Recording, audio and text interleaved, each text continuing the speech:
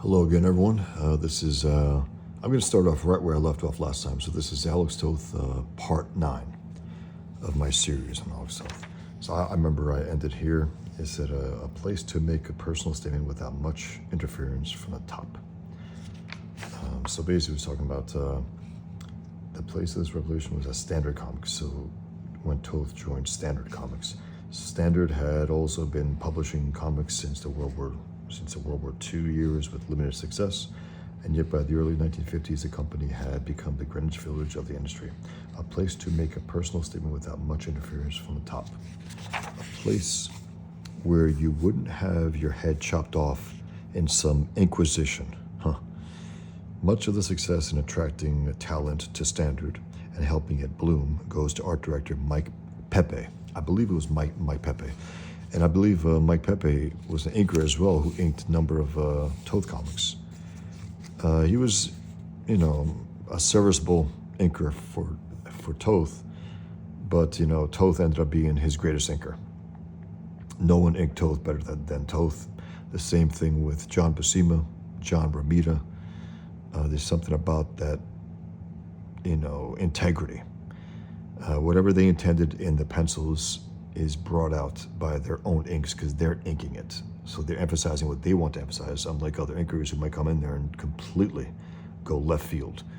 Like the inker Danny Bullinati, who inked Dave Mazzucchelli in the early Daredevils. Pretty bad.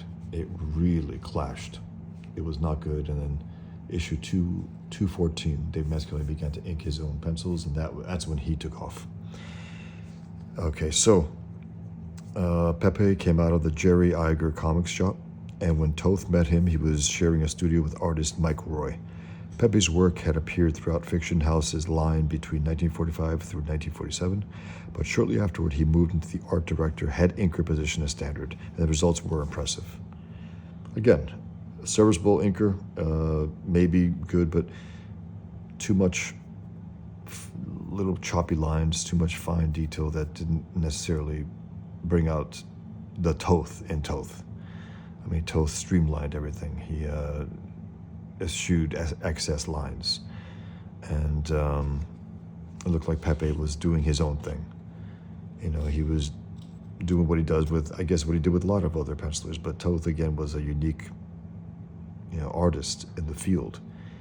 He was always trying to refine. Even in those days, I think he started to understand it, especially in the 50s. Because it was a huge, huge change from his late 40s work to the 50s work. A monstrous change. I mean, it was like almost a different artist. He was always good. He always had the quality. Even in those Green Lantern things, you could see there was something still there. But when he in the 50s, again, I believe Jesse Hand brought it up that Toth had been studying the famous artists' books, cartooning books, and all those famous artists were involved with it. Albert Dorn, Norman Rockwell, other ones who were involved with those books. And I don't know if Rockwell was involved with the cartooning process, the cartooning part of those books, but still, they were these great illustrators who were involved with that. And Toth had clearly taken that and ran with it. I mean, he ran with it to the point of becoming the best of the best. Sorry, I'm always going to interject. I always get these thoughts that flash through, and I got to share them, and I hope you don't mind. And if you do, I mean, it is what it is. This is part of my, series here, where I want to relay what I've learned behind the scenes and, from other interviews and whatnot, and the history of Toth. I read all the books that I have on him, the retrospectives, the history books on it, and it's just, I think it's great to hear. Anyway, so let's go on. Once met and tested, Pepe became Toth's principal inker for almost 1,000 pages. Incredible. Instantly, okay, let me do it again, okay? People try to say Toth didn't do much work, 1,000 pages in the 50s alone. I mean, come on. All the storyboarding he did for Hanna-Barbera, all the character designs he did for Hanna-Barbera, all the comics he did for decades and decades. It's ridiculous. It's a ridiculous thing to say. Just because he didn't draw Superman and Batman regularly. doesn't mean he was this, phenomenal, productive artist, which he was. Now, ideally, I wish he had had the career that Will Eisner had, who's to me is like, that's the ideal career. A guy who would do a comic strip, very successful, do it great with the spirit, and then go on and do graphic novels over and over again. I mean, year after year. Incredible. So, instantly, a mutual admiration society sprang up, and their partnership was sealed. Toth had watched Julius Schwartz's bullpen render his pencils, and one has to wonder what he thought of the likes of Frank Giacomo. I don't know how to pronounce it, sorry. Bernard Sachs, Cy Barry, Joe Giella, or others who towed the national company line. With Pepe, Toth had found a trusted partner in crime, and he felt safe with his inker at last. Thus, must have contributed to his willingness to make an abrupt and right-on-time departure from National. An inker I like, and he gives me lots of work, and he likes my stuff. I should have hung my last editor out of the window by his heels. Now again, Toth may have liked him, himself. I still think that Toth was his greatest inker. You look at the Bravo for Adventure, his full, as is referred to as his magnum opus. That's his greatest work. I mean, hands down. His inking was superb. I mean, as good as it gets. And I've seen him even ink some other artists, and it's incredible. I assumed it was him, but he was so strong in his art, like John Romita. Everyone he inked looked like him. Same thing with Toth. And it's unfortunate also for Jack Kirby, the great Jack Kirby. I don't even know if he ever inked one of his comics. I don't remember ever reading that. The Fourth World, the Thor, the Fantastic Four, the Avengers. I don't know if he ever inked his own comics. Maybe some pit-ups here and there, but I would have loved to have seen that, because then you would have got the purity of Kirby, distilled down to to what he thought was important to emphasize in his inks and whatnot. Okay. Standard was an island of safety, and Alex was no longer an indentured slave. Now he was somebody who could do what he really wanted to do, a comics creator oasis, an art director who would give him all the work he needed and glow over every pencil page turned in, and who'd render it with love. National's imperious attitude wasn't what this freelancer needed at the moment. He needed somebody to inspire him, allow him to fight the good fight. Pepe's domain, while small, was comfortable. A ruler who would encourage the change happening so quickly rather than inhibit or oppose it. The shackles of the national house style cut. Toth charged into his work at Standard with lance held high. The only thing expected of the freed Toth was, as usual, what he expected of himself. What's the height of that bar? I can beat that easy must have been his pledge. This is not to say that Toth immediately found what he was seeking. The first Standard jobs were halting steps in his evolution. My Stolen Kisses from Best Romance #5, his first published work for the company, picks up where his work had left off at National. Nudges in the right direction, but still no butterfly. No, Alex had been given an entirely new, free of restrictions set of guidelines, but his first steps at Standard were tentative. In 1952, we find a man taking his inevitable move in a direction that he only vaguely divined. In the following 2 years, Alex Toth finally figured out his artistic destiny, 400 pages which marked the turning point in his career, and in doing so he moved up from knighthood to royalty, to being a powerful influence on his equals and lessers. 1952 is where Alex finally found Alex. I believe that as well. And again, check out that, which is now available as a pamphlet. Jesse Ham did this incredible breakdown of Toth, I think not shortly after he died, showing his technique, what he was great at, and also the change that took place right around early 1950. The dramatic improvement of Toth, where he, as it says, where Toth became Toth. It was incredible. Okay, so I'm gonna I'm not going to get into the checklist here, but it's awesome that they have a checklist.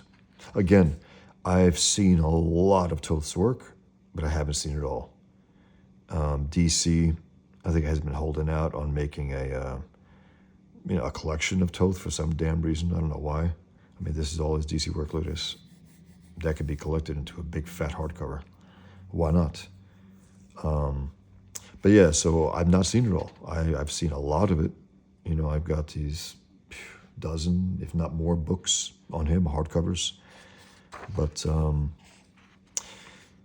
yeah, so the next thing here is an interview with Toth. And I'm going to read that. And then I think that'll be it for this this episode of my Toth series. But let's just get into this. I guess 1978, this interview. 1978. Okay. Alex Toth, Tribute to a Titan, Part 2. Let the imagination of the audience do the rest. That's Toth basically talking about action, horror, this and that. We have these wild imaginations, and something. If we see something off screen, we fill that in with who knows what. But we do tend to fill in things if they're not presented to us, explicitly.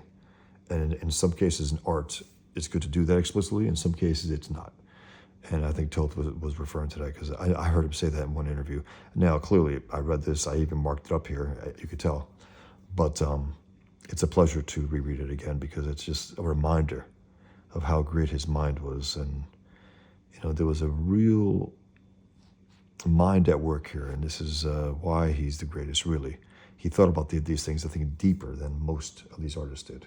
A lot of these artists was worrying about deadlines, whereas he could step back, think about these things, and pick and choose his spots. Again, he wasn't producing like Kurt Swan, over 1,000 issues of Superman from between Action Comics and Superman Comics. He wasn't doing that. He had time to just step back and think about the medium, how best to, show his work and take these real risks and chances, which he definitely did over the years. You can tell even the way he designed the word balloons at times, he changed them completely from his writing. Anyway, so here we go. An interview with legendary artist Alex Toth on media violence. This is a very specific, I guess, subject-specific interview. Media violence. Interview conducted by Michael Vance. Copyright 1978, Michael Lill. Alex Toth was my first, and you are among the first to know it. In the early 1940s, Alex Toth had begun spending afternoons away from the High School of Industrial Art in New York. In New York City, Industrial High School of Industrial Art in New York City, showing his portfolios to comic book editors, art directors, and artists. With Sheldon Mayer's help, he landed page work at Funnies, Inc., and at age 15 was hired to draw 2- and 3-page filler stories for famous Funnies. It was a modest beginning for one of the best-known and most admired comic book artists in the history of the industry. I just love when people note that because, again, he is that. He is that. And part of my purpose for making this series is to introduce Toth to some people, younger audience, and also remind the older audience why he was the greatest, why he's considered by me, by many as the greatest. By 1977, when I interviewed him, Alex Toth had worked for almost every major comic publisher over a 30-year career, branching into advertising art, animation, and motion picture storyboards as his interests and techniques grew. His art was so distinctive that a Toth page needed no signature. 100% true. I came to interview him at an Oklahoma City comic book convention as much as a student and admirer of his work as I was a journalist on assignment. I worked for a small daily newspaper in Seminole, Oklahoma, and I came to argue against censorship and for the graphic portrayal of anything an artist chose to portray. I went away with another viewpoint and a number of questions that changed my approach to violence in my own work and in storytelling in general. Alex won the argument, hands down. He won not because his views were logical and not because I agree with him on even major points of censorship. He won because he demands high standards of content and quality of himself and of every artist. Again, isn't that the truth? Whenever people bitch and moan, and they do, about Toth and how he went after some artists, he was as rough on himself as he was on anyone else. He was desperate to lift his own standards and the industry standards as a whole. And he was pissed off to hell when either he or those in the field didn't do that. He knew when they dropped. He knew when they failed, as he did at times, and he's willing to admit it. So it wasn't just this thing where he was just unloaded on others, you know. No, he unloaded on himself. I mean, you see these pages that he looked at over the years, and then he redlines them and says, "Ugh, I could have done this, I should have done that." And I get it. It's still beautiful work. It's still great work. But, you know, with his mind from a distance looking at it, he's like, wow, I think I could have done this better. Because, you know, the mind is an interesting thing when you're designing these pages and when you can look at them years later and appreciate them or be overly critical of them. He never bit his tongue when it came to ripping himself. So whatever anyone tells you, however harsh he was to others, he was as harsh to himself, if not harsher. And he wanted the industry to be as great as it could be. He knew it was a serious art form. He knew it was a serious medium, unlike many in the field, unfortunately, who don't take it seriously. He was desperate to do the best work possible. And he was pissed off again at himself and others when they failed to do that. So here it is. He won because his art proves that graphic is not always dynamic or dramatic. As is almost always the case when dealing with Toth, I came away the richer for the meeting. I also came away poorer, and that's the reason you are among the first to know that Toth was the first person I ever interviewed. Now, by poorer, he meant maybe he bought some original art. I don't know. Anyway, so I published an interview in a copyrighted fanzine I published called Cryptalk, an anagram for the crypt of comics, with a circulation of only a few hundred. Then I went about the business of selling the interview to a paying market, and the first well-known comics-related magazine I approached bought the article, but they never paid for or published it. After several years of waiting, I resubmitted the article to a second magazine, Heavy Metal. They rejected the article because they felt it criticized their editorial stance, even though they are never mentioned in the interview.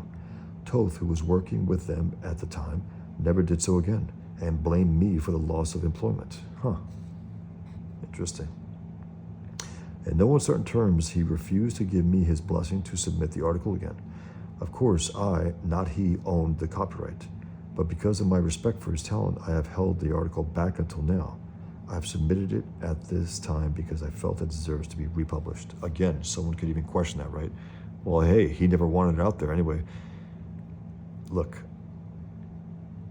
we're richer for it, for having his thoughts on this. That's a fact, and he did submit to the interview. He did agree to it at the time, right? Regardless what ended up being, you know, the case here where he blamed him for not getting any more work at Heavy Metal. We're richer for having this interview available to us. That's a fact, and the medium is richer.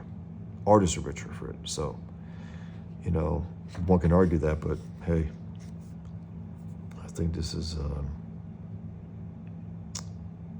something else. Anyway, I owe Alex Toth 2 debts of gratitude. In addition to my learning a different approach to storytelling, he taught me a second lesson that day. Extraordinarily talented people are always the easiest ones to deal with. Interesting. That's cuts against what people say about Toth, you know, all the time. How nasty he was and all that. Please. My experience with him was as a very, very, very generous mentor. Even to the limited extent, that we had exchanges. All he was, you know, trying to basically encourage me. So, okay, here's the first question. So, Michael Vance. This is Alex Toth. We're discussing violence as portrayed in media. Mr. Toth is involved in television and graphic arts and a little bit with motion picture. What is your personal definition of violence? Toth says, in the old days of motion pictures, if you had a fight scene, the hero knocked the villain down and he stayed down.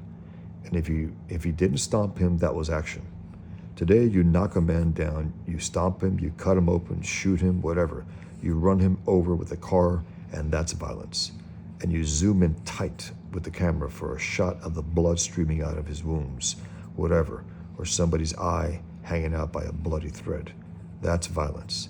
But action is the good, clean fight of many years ago. So Vance asks, is this clean, bloodless violence of television and older movies also harmful in a different way? This unrealistic portrayal of painless, quote-unquote, shootings, bloodless knifings, violence without hurt, may convince children that hitting brother over the head with a skillet has no real consequence. And Toth says, I've heard that argument, and I've heard it as well. And I've even used it because I think sometimes violence should be consequential in art. It really should show, the results of it, the painful, horrific results of it. But let's see what Toth says here. I've heard that argument. I can almost hear groaning. I've heard that argument. I don't buy it because I believe the audience's imagination can create more of a horror scene than anything shown up there on the tube. Now that's true. Absolutely true. On the big screen or the small. Let me give one example. The Limey. There's a movie called The Limey with Terrence Stamp. A crime movie, right? It came out, I guess, about 20 years ago. I might be wrong. Maybe before the year 2000. But at least 20 years ago. And it's a great movie. A great crime movie. And there's a scene where, just one example, where the main character, who's an ex-con, he's a criminal, but he has to hunt down some guys for a personal reason. I don't want to give away too much. But there's a scene where he's goes, I think the camera's set like a few hundred feet, maybe 100 feet from a warehouse or some kind of structure. And the main character goes slowly into that structure, right? And gets kicked out, punched, beaten up outside. And then it's the same camera setup. And he gets up, he's beaten pretty bad, gets up, goes back in, and you hear these sounds of gunshots and you see some flashes. And that's all you see from a distance.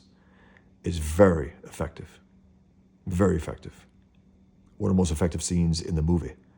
You don't have to see the actual, up close gunshots, the blood popping out. You don't have to see that. And it works. It's very strong. Here's another example. It doesn't have to do with violence, but it has to do with a precursor to some kind of violence. There's a scene in The Verdict with Paul Newman, which is a great movie.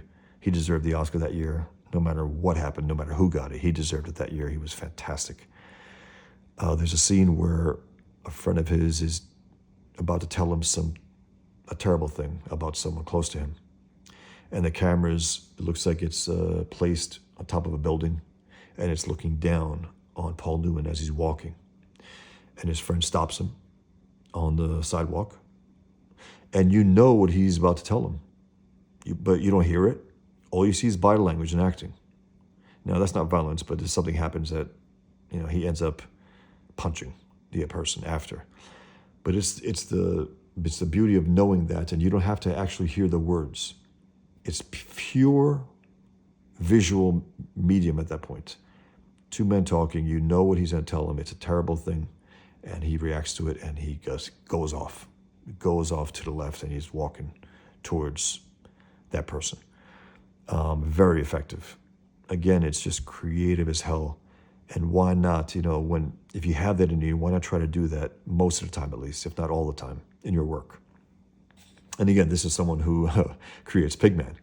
And people assume it's really violent. I don't think it's that violent. Personally, I don't. He definitely takes out these, jihadists with his bare hands, pummels them out of existence, he punches them to death, breaks their necks and all that. He does. But I don't think it's that explicit. The only blood really is the the after effect on Pigman's costume. As I call it, it's war paint, the blood of jihadists, right? I guess one explicit thing is where he takes a jihadist's head, he crushes it, pushes his head into his shoulders, right? So his head's stuck in there and he's flopping around. That's pretty gross, but it's also, I like to see these guys get it. If I can't see them get it in real life, at least I can get it through my story. But again, that's a big interjection here. But let me continue. So Toth says, I've heard that argument. I don't buy it because I believe the audience's imagination can create more of a horror scene than anything shown up there on the tube, on the big screen or the small. I don't know if it was Hitchcock or some other director who said years ago that, I believe it was Fritz Lang talking about his film M, which was with Peter Lorre and had to do, Peter Lorre or Lorre? I think I'll just say Peter Lorre, and had to do with a child molester killer. It showed a scene where a little girl walked into an alley chasing her rolling ball, and clearly I said, great point. And that's where Peter Lorre, the killer, has been lurking. And the ball comes rolling out by itself afterwards, and the girl does not reappear. Then you know that she's been grabbed by Lorre, the killer. The audience's imagination can do its worst in imagining what that man is doing to that child. It does not have to be shown. 100%. Beautifully put. And our imaginations can do the dirty work. They really, really can. Because this is a horrific scene, and we know, we can imagine what the guy's doing. But it's very, very, it's just a great point. And again, this writer who is interviewing Toth here, or artist, says he came out of the interview with his position changed, that Toth won the argument. And again, this is a thinking man, Toth. He's the thinking man's artist. He overthought everyone. He outdrew everyone. He outthought everyone. He outdrew everyone. That's really why he's the greatest. So he says, it does not have to be shown. A director named Val Lewton did the same thing with all the things that either he could not or would not show either. Hold on. A director named Val Lewton did the same thing with all the things that either he could not or would not show either because of budget or because of the movie code in the 40s with his little low-budget mysteries and horror films. The Curse of the Cat People did it. Did you see that? It was the unseen in the night that created the horror. If you remember, there was another terrible scene. I detested the film, Catch-22. It was one of the worst things I've seen. And one of the things I objected to most was when up there in the bombardier's nose, or rather the nose gunner's area up there, a fellow gunner or crewman is hit.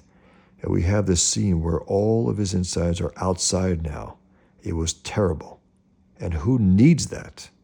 How many times do we have to keep hitting that thing on the head that war is horrible? We know war is horrible.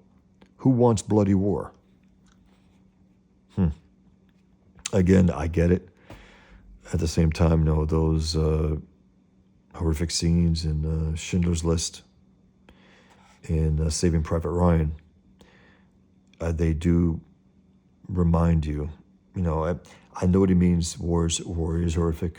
This idea that right-wingers want war, that's bullshit. Leftists do, Muslims do. That's a whole different story. But the point is that it's a horrific thing.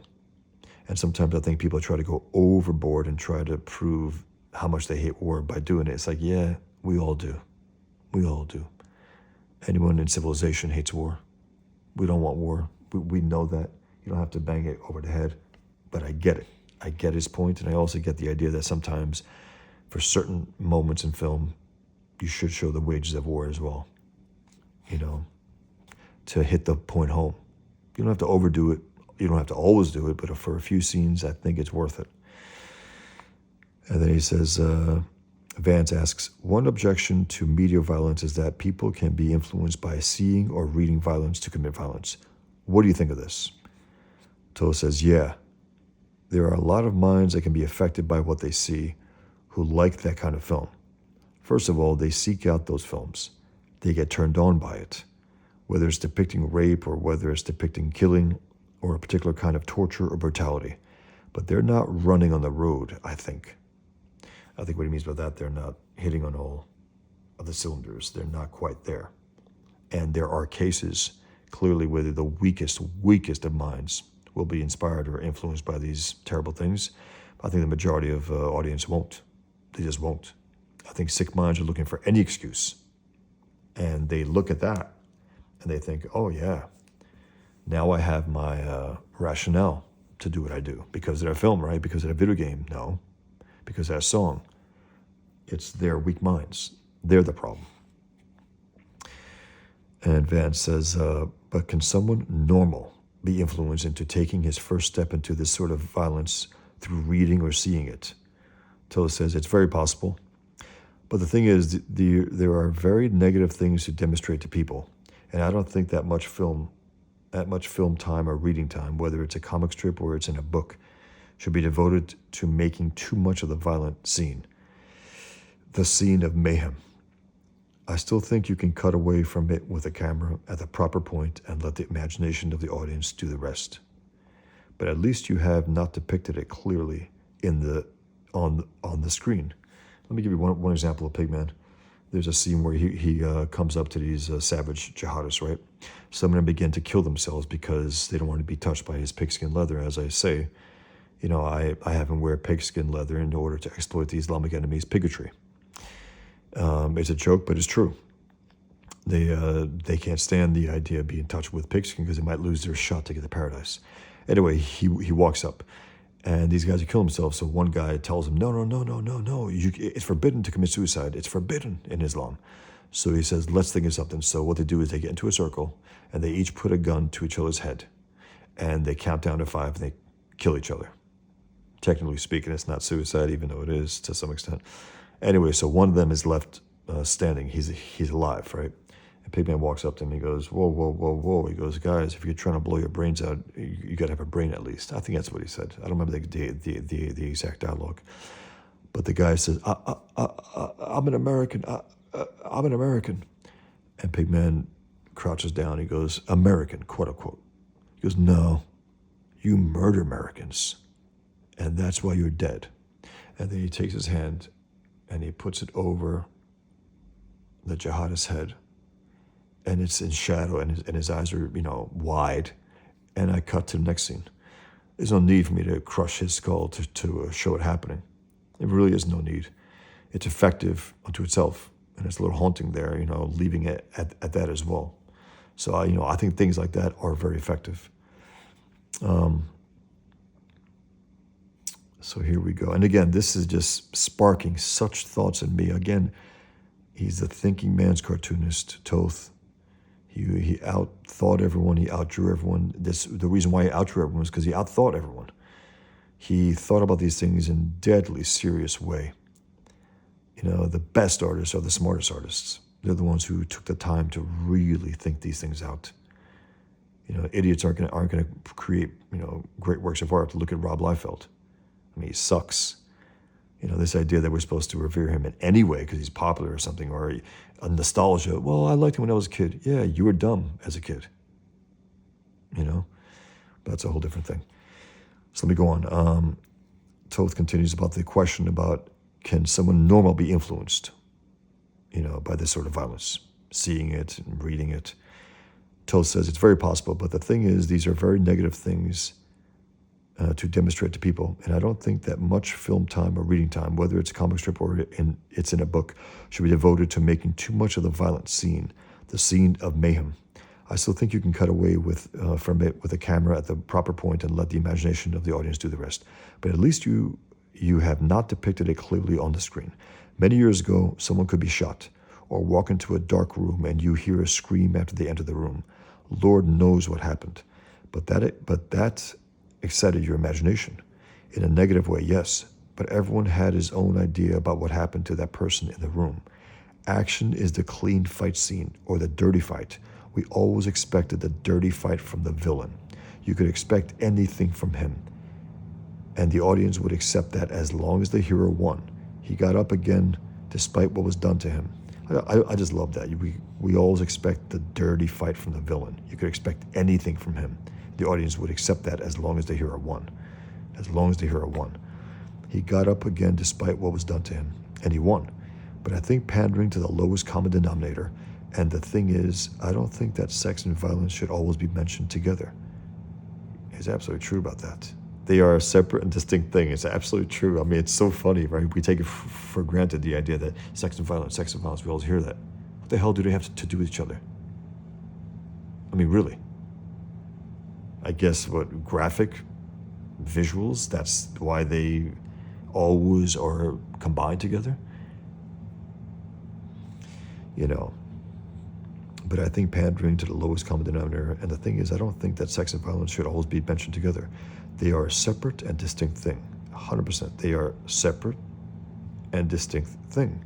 Now with violent sex, like rape or whatever, and that area where it's just coupling, like two rutting animals, that's a different story, true. But sex is a beautiful thing, 100%. And it could be depicted, and has been in film, in a beautiful way, in an erotic way, granted, because the whole thing is an erotic sensation.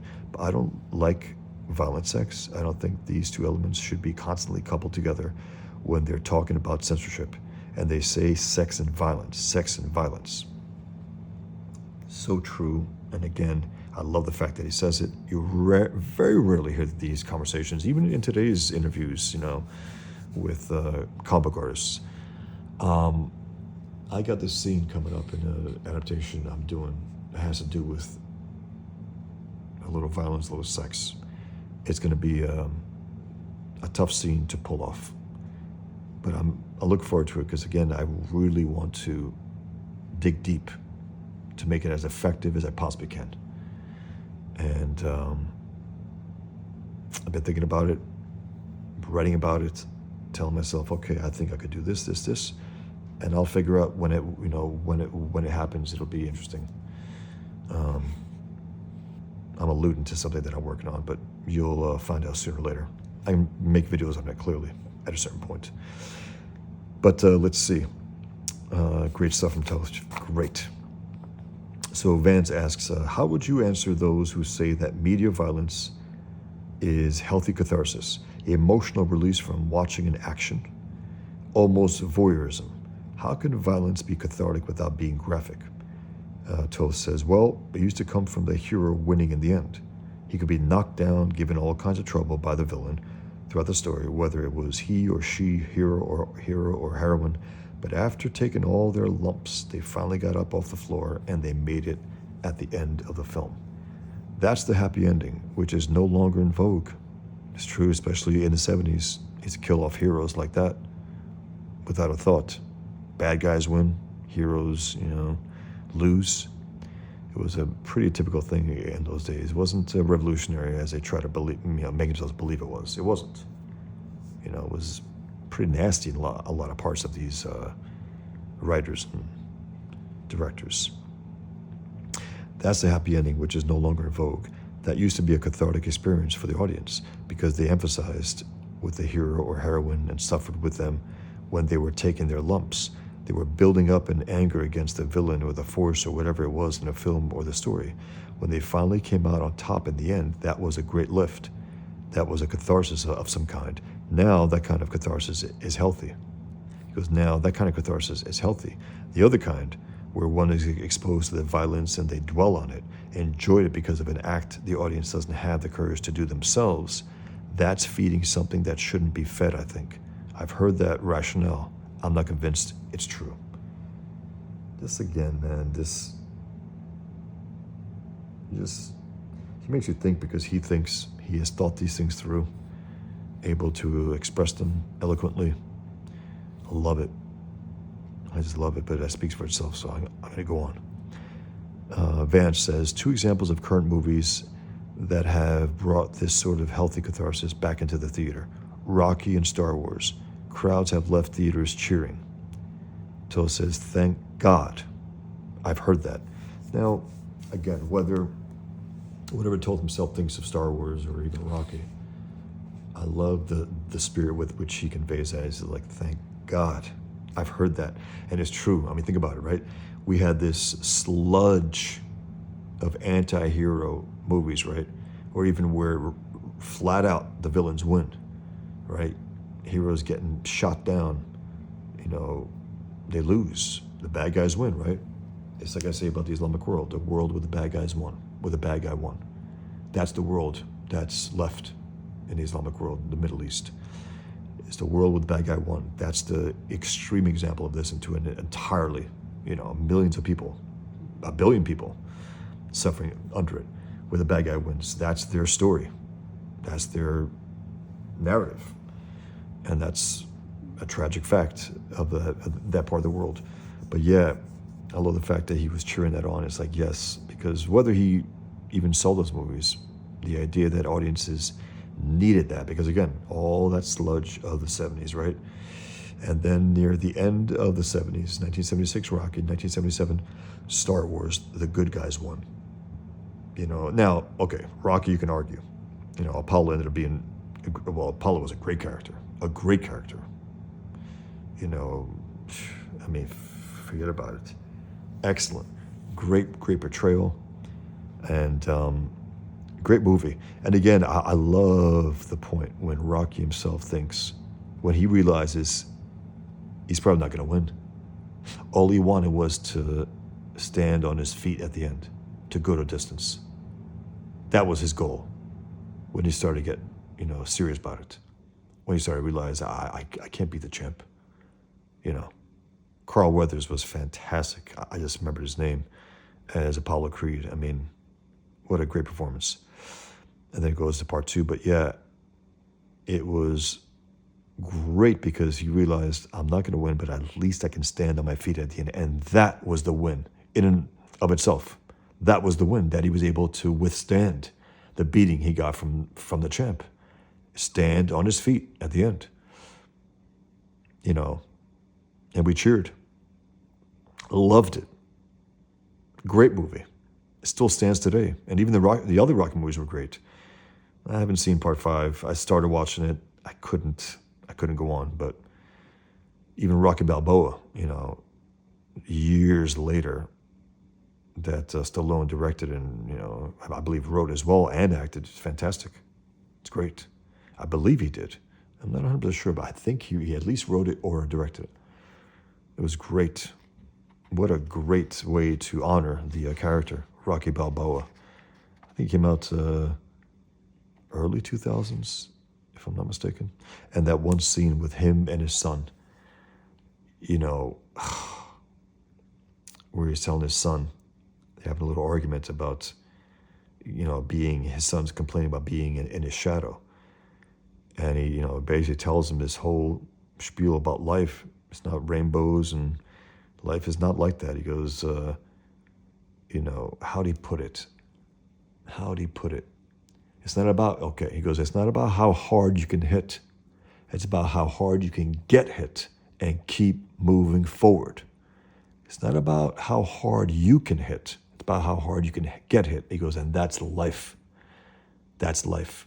And that is life. Life is a stress test. I mean, some people fail. Some people keep going no matter what. It's beautiful, life, absolutely. But it's also can be hard, especially if you give a damn, if you take your risks. It's a hard life, but it's absolutely worth it. Sorry, again, there's nobody like Toth in this industry who makes me think, who brings out these memories and thoughts. Nobody. And I've read them all. I've read all interviews by all these guys. I wish Miller was like this, but he's clearly a smart guy, but his interviews were never as rich as this, even though the ones in the 80s were really great. Amazing Heroes, Comics Interview Magazine, even Comics Journal, they were great. But man, there's something about Toth and his direct mind, his very clear, the clarity with which he speaks and thinks, and of course draws. So Vance goes on, he goes, do you think there is room for both sorts of catharsis? Toth says, sure. I think there will always be the other type of film being made as long as there are producers and writers who want to make them. Vance says, why the swing from extreme to extreme in the media? For years, we've had the anti-hero. Suddenly, the hero is making a comeback. Toth says, you've had the anti-hero since World War II. Wow. Again, we always assume it's from the 60s, right, into the 70s. But Toth is going even farther. He's real. Let's check this out. You've had the anti-hero since World War II. We suddenly found ourselves in the era of psychological films. We suddenly started psychoanalyze every damn thing, populating our movies with sickies. These were all negative statements. It really started in 1949 and 1950, the year of the start of the Sixth School. Interesting. I want to get some examples here because it's very interesting. We would have assumed, again, when things collapsed morally in the 60s and 70s. Vance asks, do you think these films were made because of World War II? It's true, the horrors of World War II, right? Toth says, I don't know what it was. I don't know. And again, he's smart enough and honest enough to say he doesn't know. A lot of guys would just try to, they're highfalutin hacks and just presume that they know everything about these things, but he's being honest about it. I don't know what it was. I don't know. They were demoralizing films, and you came out of those theaters for years and years and years convinced that mankind is rotten, that man is not worth saving, that everything is hopeless, very downbeat, depressing, horrible movies. Again, this is something also with Ayn Rand and her view on art, on life. Check out the Romantic Manifesto if you haven't. It's worth reading or rereading. It's beautiful. And it really hits back at this disgusting notion that heroes had to be brought down, which they have been for decades. And the villains are, just as equal in value as, of course they're not. But Ayn Rand created the greatest devil in literature, Ellsworth M. Toohey. Ellsworth Monckton Toohey, the greatest devil, the greatest villain ever. And she can pinpoint that evil. But if you read The Fountainhead, you know what happens to the situation. I don't want to tell you. You should read it. But however great, quote unquote, the villain is, the hero has to be greater. Because he is greater. He's fighting for things, whereas a villain is there to tear down everything in sight. Tear down humanity. Make it ugly. So again, what Toth says here, I got to repeat it because this hits home. The romantic view of art and the quote-unquote naturalistic view of art. I don't know what it was. I don't know. They were demoralizing films, and you came out of those theaters for years and years and years convinced that mankind is rotten, that man is not worth saving, that everything is hopeless.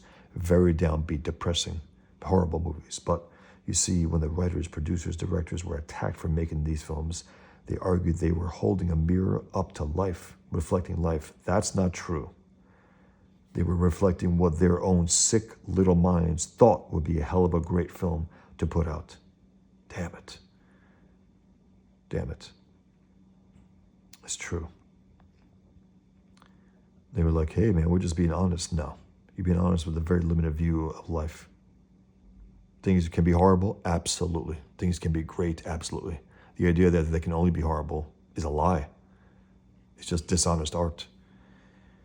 They were reflecting what their own sick little minds thought would be a hell of a great film to put out.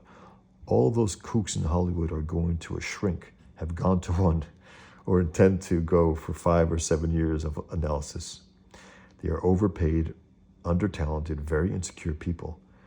These are the people writing, producing, and financing films and justifying anything out of their psyche with, this is what the people want. He goes, it just isn't so. That's their cop-out for making that kind of film. Beautiful. Love it. A great reminder. And again, this was like almost 50 years ago, this interview. Vance says, would you say the low point of that was the Vietnam War? It seems we're just coming out of that now. Toth says, no, the film stayed away from Vietnam as a subject matter except for the Green Berets. Now there's a rash of Vietnam-based films, 3 or 4 of them.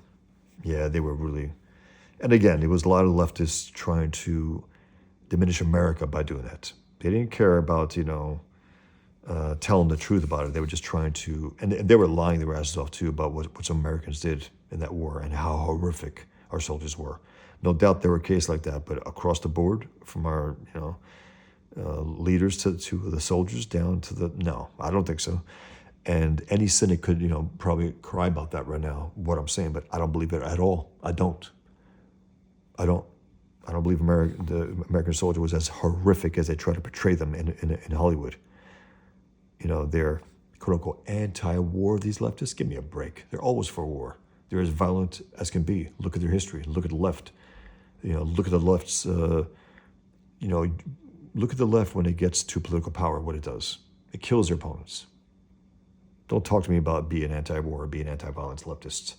You're the biggest proponent of violence when it comes to those who you can't control. That's a whole different story. But, look at this art right here. Look at the ink by Toth. As I was saying, he's his greatest inker. Look at the wrinkles, the cloth, the richness of that. Look at that. Beautiful. Look at this. He was miming Milton Caniff with this. He did a number of these drawings where he was miming some of the old comic strip artists. Fantastic. Okay, let's get back here. So Toth recognizes the fact that they've been releasing now, at that point, more and more anti-war / anti-America movies. That's what they really were. They were anti-American movies, trying to bring us down through the Vietnam War. That was their way to go about it, and to be looked at as truth tellers at the same time. No, they were anti-American. They were haters. They were pro-war, pro-violence. You cannot be against the Vietnam War and support the Viet Cong and support China and support support Russia at the time, Soviet Russia. That's what leftists did, right? They're anti-war while they support those who were backing that war. It's like, you can't have it 10 ways, no, but they always want to. Anyway, 3 or 4 of them. Vance says, I think it may have been the 60s more than the Vietnam War because there was a strong feeling against anything, quote unquote, establishment. Toth says, yes, tear it all down, burn the barn, throw the baby out with the bathwater. True. Vance says, anytime you talk about violence in the media, you must also talk about censorship. Who decides what is violent and should be censored? And Toth says here, he goes, we have networks and their continuity acceptance departments and programming practices who are the ones that actually review written material, the scripts. Very often they bird dog productions to see that everything is being followed. They involve themselves in the corrective editing that has to be done to any film, whether it's live action or animation or for television. Every producer of film material, whether it's a feature film for a theater or film for television, ought to be responsible for self-policing, self-censorship, establishing their own bounds of good taste. I don't think that they should abdicate that to any review board in TV or any governmental bureaucracy that could be built up around that sort of thing. Responsibility should stay with the creators of these projects. Vance says, well, what do you do with the Larry Flynt's Hustle magazine who think that they are censoring themselves? Toth says, that's a terrible question to ask me. I don't know. I would hope that there would be enough people not buying the magazine to not make it profitable for him to go on. There's that point that he makes there. And I get it, but he's not calling for censoring him, which is good. Vance says, Flint's justification is that there are enough people buying his magazine. Toth said they made him a millionaire. Yes. You could tell Toth doesn't like that type of smut. At the same time, he's not calling for his censorship. He's not calling for him to be banned, to be canceled, quote unquote. He's just saying he wishes that our culture wouldn't support that kind of shit. And Vance says, don't networks justify violence by ratings? Toth says, well, you can't put on television what you can put in Hustler. We may well find that in television in 10 years. Who knows? To some extent, he was right, at least for cable and stuff. And even, I don't watch modern television. I just don't. I watch some shows on Max, HBO Max here and there. And I don't even, you think about it these days, they're not even involved with that kind of sex. The only romances they actually push these days are for homosexual couples. That's like, you have a show with a hero, right? With the main character, and the only romance you have is a supporting character with their gay lover, whether male or female, homosexuals or lesbians. If they have it at all. That's where we are today, and the lack of sex scenes. And I gotta say, I don't mind that for most of the movies today. It's like, even Top Gun Maverick, right? They had a very short romantic scene. It was not as explicit as the old days, and personally, I prefer that. I don't give a damn to have a sex scene in movies anymore, and especially the way they would make them today anyway. You always suggested things a lot more back in the day. Anyway, you didn't need explicit sex scenes, unless maybe the story called for it. Let's say, if it was justified, and they can be, but a lot of time they weren't. They just had them as okay, we got a sex scene now. That's it, and it didn't move the story forward at all. It didn't add to the movie. It didn't add to at all. So, but that's a whole different thing. I can get into that one day as well. So he says, Vance says, do you believe that if ratings are high, much self-policing goes on in the networks for their specific popular shows? Toth says, probably not. Vance says, in that case, what can the people do? How can they influence a producer or director? And Toth goes, he says, well, I have heard it repeatedly stated that the networks, the producers, and sponsors are very sensitive to letter writing. If it's an established campaign, though, where somebody mimeographs a form letter and has 5,000 people sign it, that becomes a very obvious ploy, and they tend to ignore that. But if they are individually written letters, sincere letters that really show unhappiness with what is being put out, that does seem to have some effect. The networks are always running scared all the time anyway.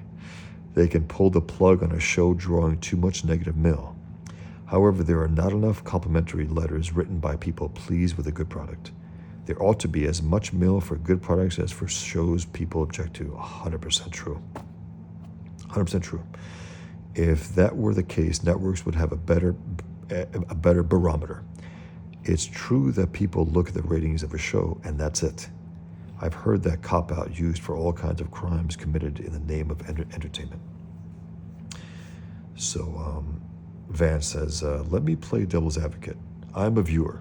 I should have the right to see anything, anytime, anywhere I want. Toth says, right, but not on television. The tube is right there in everybody's living room. This is what has caused the great sensitivity and public pressure. They have had to set up some sort of censorship. All right, whatever you want to see, you can see at the porno theater down the block. We've all gone to a porno theater, at least I have, on numerous occasions, just to see what all the hollering is about. Fine, but I have to make a decision to leave my home and go to a theater and pay to see whatever is on that screen, and pay dearly. Probably means some of the money and also what he saw. But you can't pipe that. Now, again, Toth is seen as some, uptight conservative at times. Hey, man, he's admitting something here that I don't think some of these conservatives would, which I appreciate. Because, again, he could be called out for this, but he doesn't give a shit. A guy was just deadly honest and paid dearly. But you can't pipe that onto the home, because home is family, the center of the family. Since the tube has become a babysitter for children, the danger is mother and father cannot be there all the time to say, no, turn that dial off. And kids are forever curious about things that they may not understand yet, but they're piqued by it. And that's why, today the problem we have is Disney and the other scumbags trying to force adult sex themes, homosexuality, lesbianism, LGBT, whatever, all that bullshit, transgender stuff onto cartoons, onto children's content. That's unacceptable. It's unacceptable. There's a reason why they bombed out with numbers of these movies where they're shoehorning gay stuff into these children's movies. And I have this cartoon. Check it out if you haven't seen it. It's called Icky Mouse. Icky Mouse, and it's Mickey Mouse basically. I show the back of him, and he's opening his trench coat, and it's all he's all stained and dirty. It's disgusting what they're doing. Again, I'm not a prude, but the fact is, keep that shit away from kids. The dirty rats at Disney don't want to keep it away from kids. They want to force it on them. They want to force a conversation between kids and their parents that they're not ready to have, as if they're the arbiter of these things, the lowlifes at Disney, shoving this shit down our throats. It's disgusting. It's should be a family entertainment. It's not anymore. It's not, and they're paying a price for it dearly, which is awesome. Good. They deserve it. Okay. So Toth goes on. He goes, so whether it's violence or borderline sex on the tube, given the chance, kids watch. That forms values. I can see why, on the one hand, there must be controls established on what to show on the TV tube. That should be left to the limitations of the good or bad taste of the producers of that product and the people that buy that product. Is a responsibility shared by the creator, the producer, the network advisor, and the audience that votes yes or no on that product. So it goes here. Is that the end of it?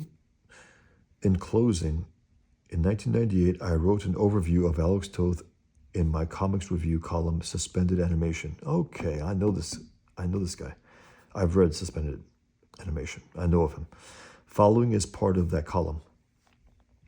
Quote, less is more, unquote. Never found a more dedicated advocate in comic books and strips than an artist Alex Toth. A true original whose style was never dominant in the field, but is still frequently imitated by lesser artists. Toth stands as a giant in the history of the most popular art form in the world.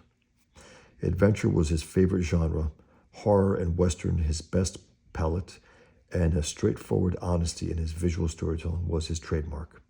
It is worse than sad that he is unknown or forgotten by a growing number of comics fans today. Again, that is why I'm doing this.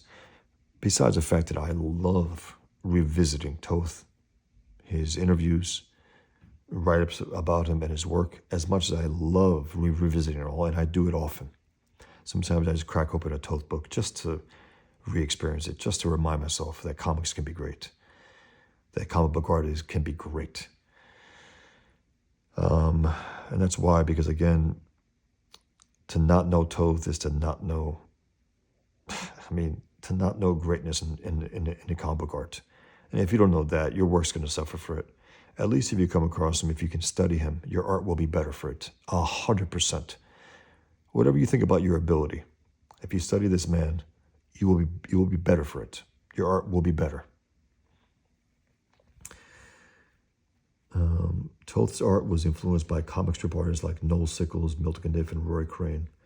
These influences and Toth's own talent produce a unique style similar to minimalism and impressionism in fine, quote-unquote, art, characterized by design, simplicity, heavy line, and carefully spotted blacks. No line was added to a panel unless it was absolutely necessary. This simplicity produced an art similar to photographic negatives. Direct and dynamic, it is full of movement, emotion, and fun. Carried to the nth degree, it has obviously influenced popular comic book artist and writer Frank Miller. I think Toth would have something to say about that. Frank Miller can be great at times and then shit at times. It's never a consistency with him, a consistency of quality. Never has been. From back in the day till now. But man, when he's good, he can be great. So, at times, yes, I agree, at times. The above column should make it clear that I bore no malice toward Alex Toth. It is my hope that he rests in peace. He seemed to find so little of it when he was alive. True. He was always reaching, always frustrated, always searching, always, always, always, always to do it better, to say it better within his art, within describing it, within analyzing art, always reaching, always searching. That makes one a great artist, where you're always searching, where you never ever stop. To think you got it all, you did it all, you said it all. Please, please. Look, Toth had it all. As soon as I say that, from so funny, from Joe Kubert, who's a great cartoonist. I love Joe Kubert. They had a fallout regarding a comic, and I think they mention it here. For a job that Toth did for Joe Kubert at some point. But this is our next, this will be for our next video for the 10th part of my series on Toth. Thanks for joining me again. Appreciate it. Thanks for indulging me with all my, interjections. I get so inspired by this, and I'm reminded of how great he is. Just reminded of it. His mind, again, he outthought them all. He outdrew them all. And the reason why he outdrew them all is because he outthought them all. It's intertwined. Thanks, everyone. Take care. Until next time.